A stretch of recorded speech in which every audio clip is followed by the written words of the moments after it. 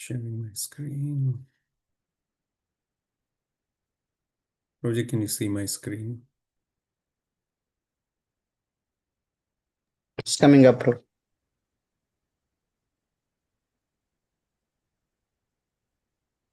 Yes. Oh, Om Namo Bhagavate Vasudevaya.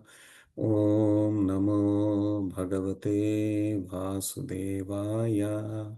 Om Namo Bhagavate Vasudevaya. Reading from Srimad Bhagavatam, Canto 3, Chapter 29, text number 13. Salokya Sharishti Samipya Sarupyaikatvam api uttha Diyamanam na grahnati Vinamat sevanam jana. Translation and purport by His Divine Grace, Shri Bhaktivedanta Swami Srila Prabhupada Ki Jai. Salokya, living on the same planet. Sharishti, having the same opulence.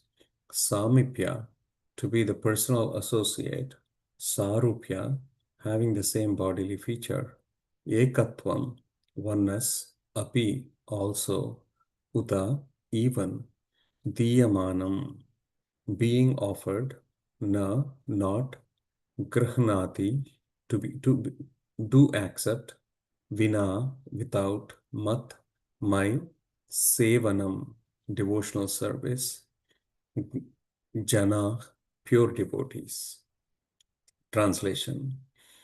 A pure devotee does not accept any kind of liberation. Salokya, Sarishti, Samipya, Sarupya, or Ekatva, even though they are offered by the Supreme Personality of Godhead. Purport. Lord Chaitanya teaches us how to execute pure devotional service out of spontaneous love for the Supreme Personality of Godhead. In Sikshastaka, he prays to the Lord, O Lord, I do not wish to gain from you any wealth, nor do I wish to have a beautiful wife, nor do I wish to have many followers. All I want from you is that in life after life, I may remain a pure devotee at your lotus feet. There is similarity between the prayers of Lord Chaitanya and the statements of Srimad Bhagavatam. Lord Chaitanya prays, in life after life, indicating that a devotee does not even desire cessation of birth and death. The yogis, the empiric philosophers, desire cessation of the process of birth and death. But the devotee is satisfied even to remain in this material world and execute devotional service. It is clearly stated herein that a pure devotee does not desire ekatva, oneness with the Supreme Lord, as desired by the impersonalists, the mental speculators, and the meditators. To become one with the Supreme Lord is beyond the dream of a pure devotee. Sometimes he may accept the promotion to the Vaikuntha planets to serve the Lord there, but he will never accept merging into the Brahman effulgence, which he considers worse than hellish. Such ekatva, or merging into the effulgence of the Supreme Lord, is called kaivalya. But happiness derived from kaivalya is considered by a pure devotee to be hellish. The devotee is so fond of rendering service to the Supreme Lord that the 5 kinds of liberation are not important to him.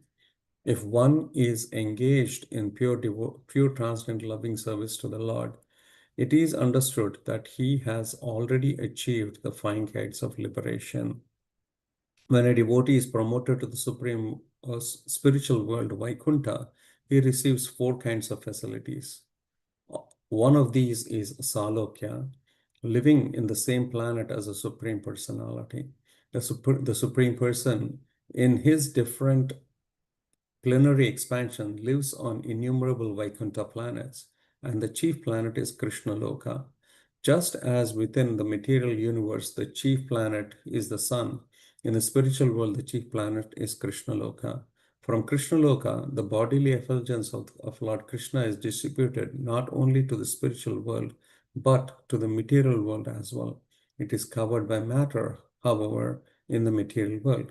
In spiritual world, there are innumerable Vaikuntha planets, and on each one, the Lord is the predominating deity.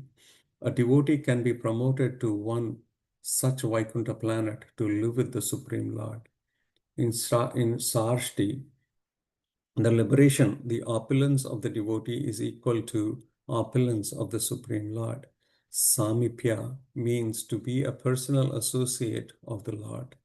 In Sarupya, liberation, the bodily features of the devotee are exactly like those of the Supreme Person, but for 2 or 3 symptoms found exclusively on the transcendental body of the Lord. Srivatsa, for example, the hair on the chest of the Lord particularly distinguishes him from his devotees. A pure devotee does not accept these 5 kinds of spiritual existence, even if they are offered.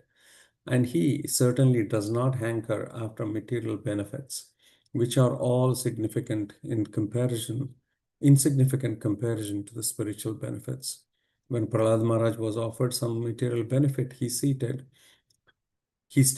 "My Lord, I have seen that my father achieved all kinds of material benefits, and even the demigods were afraid of his opulence. But still, in a second, you have finished his life and all his material prosperity. For a devotee, there is no question of desiring any material or spiritual prosperity. He simply aspires to serve the Lord. That is his highest happiness." Om Jnanatimirandasya Jnananjanashalakaya Chakshurunmilitamena Tasmai Shri Gurave Namaha. Nama Om Vishnupadaya Krishna Prishtaya Bhutale Srimati Bhaktivedanta Swami Iti Namane. Namaste Saraswati Deve Gauravani Pracharine Nirvisesha Shunyavadi Paschata Desatarane. Vancha Kalpatarubhyascha Kripa Sindhubhyo Chapattanam Bhavanebhyo Vaishnavibhyo Namo Namaha. Jai Sri Krishna Chaitanya Prabhu Nityananda Shri Advaita Gadadhara Sivasadi Gaura Bhakta Vrinda. Hare Krishna, Krishna Krishna, Hare Hare, Hare Rama, Rama Rama, Hare Hare. So, Hare Krishna, dear devotees, welcome to our Srimad Bhagavatam class this morning. 1 second, I'm trying to check on something. Yes, okay. So, yeah, before I start speaking, I would like to seek all your blessings.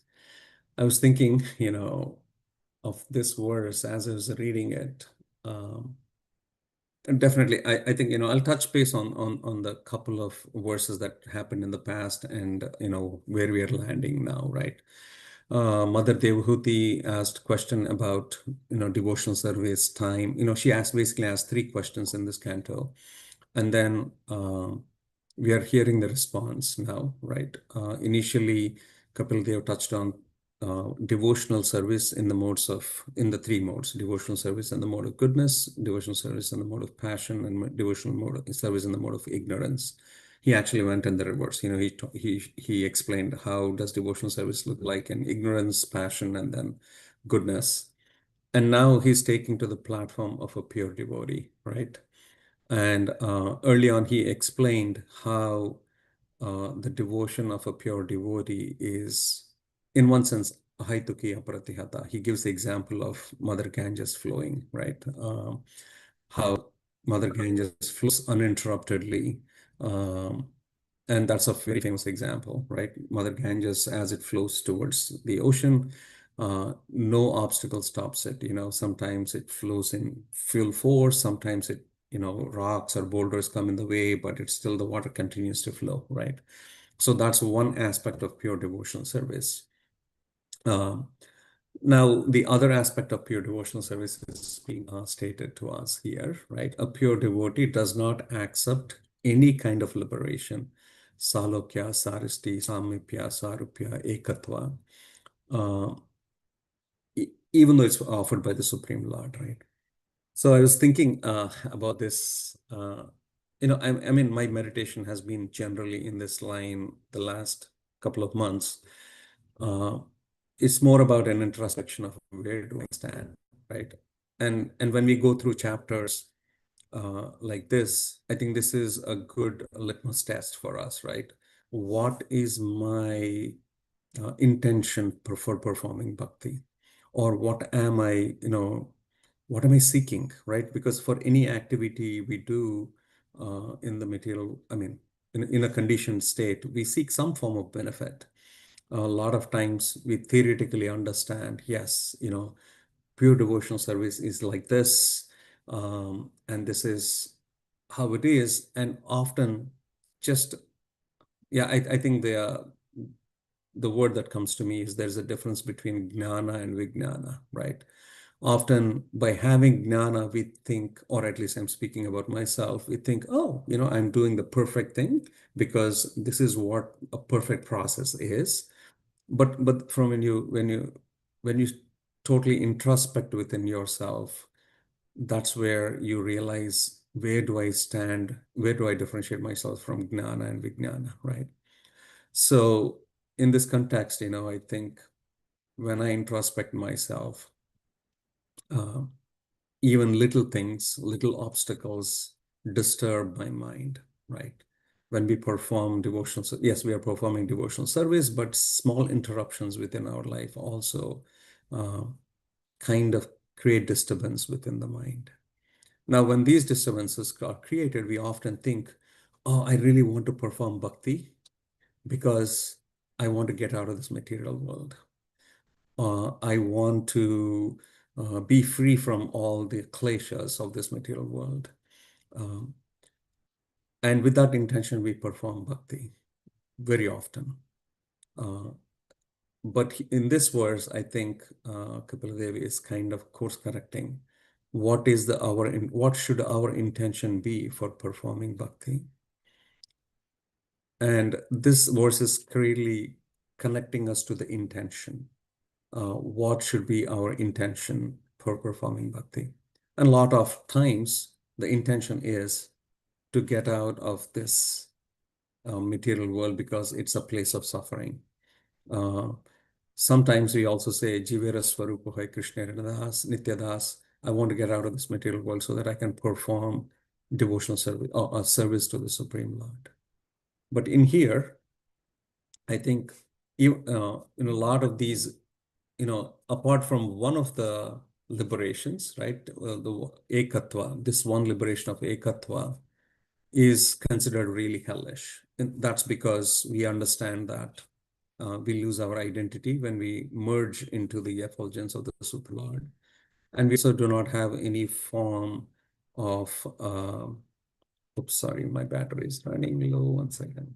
Um, yeah.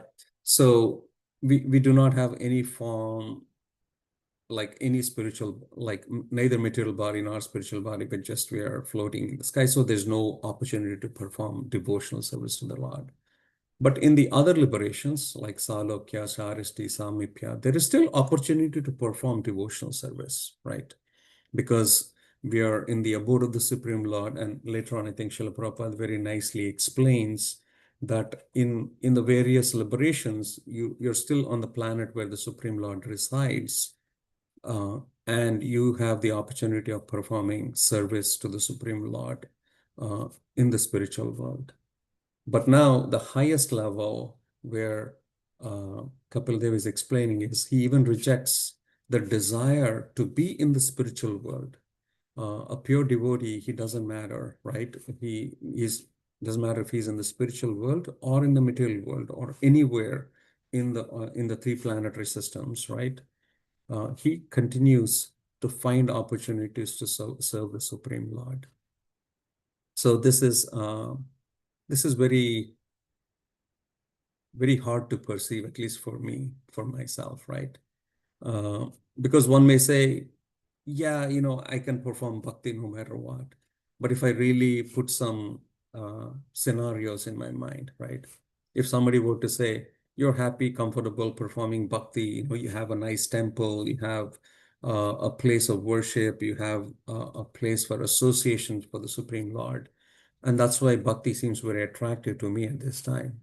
But what if I were sent to a place where there are no devotees? Or what if I were, living 2, 3 hours from a temple for whatever circumstances? Would I still have the strong, same intense desire? Would I still put the same amount of effort uh, in performing bhakti? Or would I be influenced by the circumstances that are around me? I think that's a good introspective question that comes to my mind, right? Often because in our day-to-day life, when we make decisions, uh, we definitely make decisions based on comfort, ease of like ease. It's in the name of bhakti also, we find circumstances, or differently said, I find my bhakti as circumstantial. But here, I think this verse is kind of giving us a small glimpse. It's giving us a small glimpse of how a pure devotee is. So my biggest takeaway from this verse is, yes, I do understand that I'm not at this level. Still, you know, I need favorable circumstances for my bhakti. I need those favorable winds so that my bhakti is engaged. But more importantly, what it points to me is there are devotees around us who are at this platform. There are devotees who perform bhakti or perform service to the Supreme Lord, irrespective of the circumstances that they have around them. And it is important for me to recognize that position. It is important for me to recognize their elevated nature and serve and engage in their service. I think that's a big takeaway for me from this verse, right? Engaging in the service of a pure devotee of the Lord. And then in doing so, I think we find more and more inspiration in bhakti. And someday, it could be this lifetime, it could be many lifetimes later, that we would be able to achieve that state of pure devotional service. Yeah, I think that's my biggest takeaway from this verse. Understanding where I stand, but also understanding where somebody else stands and engaging in their service is a key takeaway. Yeah, this is what I would like to add here for today. I'd like to open up the floor for comments, please. If anybody else is inspired by something else in reading this verse, it will be inspirational for all of us here.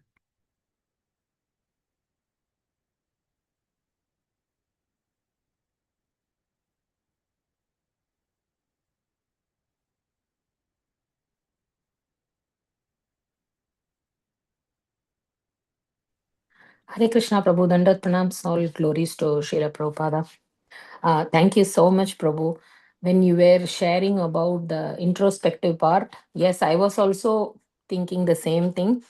I used to think initially, oh, how nicely, in ISKCON we practice bhakti. But when challenging situation comes, that's when I started asking myself, am I really loving the bhakti process or situation? For me, I personally felt, what if nothing is there, as you said, gave an example by, like, no temple somewhere, like, commutation is like challenging. In those situations, for me, I don't think I'm not at this stage. For sure, I cannot. And also, I realized situation makes us to take bhakti seriously. At least for my case, I feel um, Krishna makes me to be serious, and he gives me such kind of situation, or else I am a person who's like, okay, I'm happy. What should I do? Why do I even need?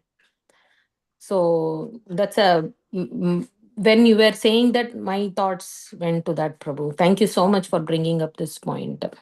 Yes, ma'am. No, thank you, Mataji, for bringing up that point. I think that's the greatness of the bhakti process, where even though our bhakti is situational, circumstantial, but there's also hope that Krishna is always there to protect us, right? He's there to guide us back, even if we deviate, right? I think that's the uti aspect uh, of bhakti, wherein Krishna is there to protect us, because and that's why I think, early on, one of the primary reasons why why Srila Prabhupada is saying is it's hellish to have the liberation, to aspire for the liberation of what is this? Ekatvam, right? Yes, Mataji. I think I love the point that you brought up, that Krishna is there to, to always create circumstances for us too, so that we can come back to him also. We always hear this point, right, Prabhu? It's a Mhm. one-way path. Once you touch the chanting beats, there's no way that you can go back, right? Yes. Mhm. Sometimes, I used to worry when my kids were very young, will they really take up this process when they grow older and stuff? But what I heard from my senior devotees is that just do what you do. Give the love. Show whatever you can do. Give prasadam. You have fed enough prasadam for your kids. You have shown enough love. Just continue that. Rest Krishna will take care. You don't have to worry about it. That was a very strong statement, at least in my life. I, at least with my kids, I've never ever felt like, what if kind of question. That faith Srila Prabhupada has given us, right? Yes, With through yes, the Mataji. association of the devotees, for sure. So if not, I will be thinking, what will I do? Everything on my head. Just put everything in Krishna's feet. Less worry, at least. For sure, Krishna is not.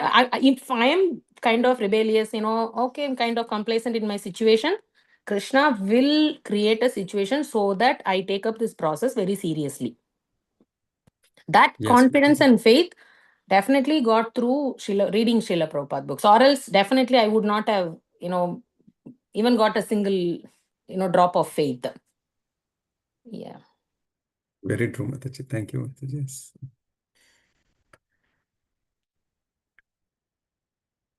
Anybody else wants to add anything? Hare Krishna, Prabhu. Thank you. It's very nice class. And yeah, it's amazing how Bhagavatam is so relevant, and because we keep forgetting why we're doing it. We're doing this only to please Krishna, and um, and like once in a while, a very strong feeling comes, like especially if we move from one place to another, that, well, I did so much service there, and now I'm not connected to it at all. Like it's just gone, and then I'm in a new place, and now I'm serving here, and I'm not connected to it at all. So I'm really not doing it for the place or even for the people there. Ultimately, I should be doing it. I should be thinking that I'm doing this for Krishna, for Krishna's pleasure. And then just yesterday, a few days ago, I was thinking, well, I'm doing this so I can go back home, back to Godhead. And then this verse came. I was like, oh, no, even that's not there. So that one day I can go back and back. But even that's not there. We shouldn't be thinking that. We should just be thinking, I'm doing this to please Krishna. Because the mood of service, the feeling of service, and Krishna's pleasure stays. But the actual services don't stay in the material world, most likely. Like they vanish with the material world and with our life. But the bhakti stays. And I was remembering one statement by Gaurang Prabhu, that's why the devotee is more interested in being a servant than his service. So initially we're more attached to the service. Later on, we're more attached to being a servant in every situation and less to the service itself. And that's what I'm still working on. That's kind of this verse was so nice to reflect on. And your explanation of it was it just hit the core, that what is it we have to think that we are doing, and why are we doing it? Yes, Thank you. Prabhuji. Thank you for nicely articulating that, Prabhu. I think we are all, I think, at least speaking about myself, I'm so attached to the service, thinking that's the main point, right? Because we say, engaging in service is important. But I think you brought up a good point of the mood of the service is more important than the actual service itself, because service can change, but the mood of service can continue to go. Thank you for sharing that point, Prabhuji. Thank you. Yes. Yes. All right. Anybody else wants to add anything? All right. Okay. All right. Grandhara Srimad Bhagavatam ki jai. Srila Prabhupada ki jai. Thank you, Prabhu. Hare Krishna.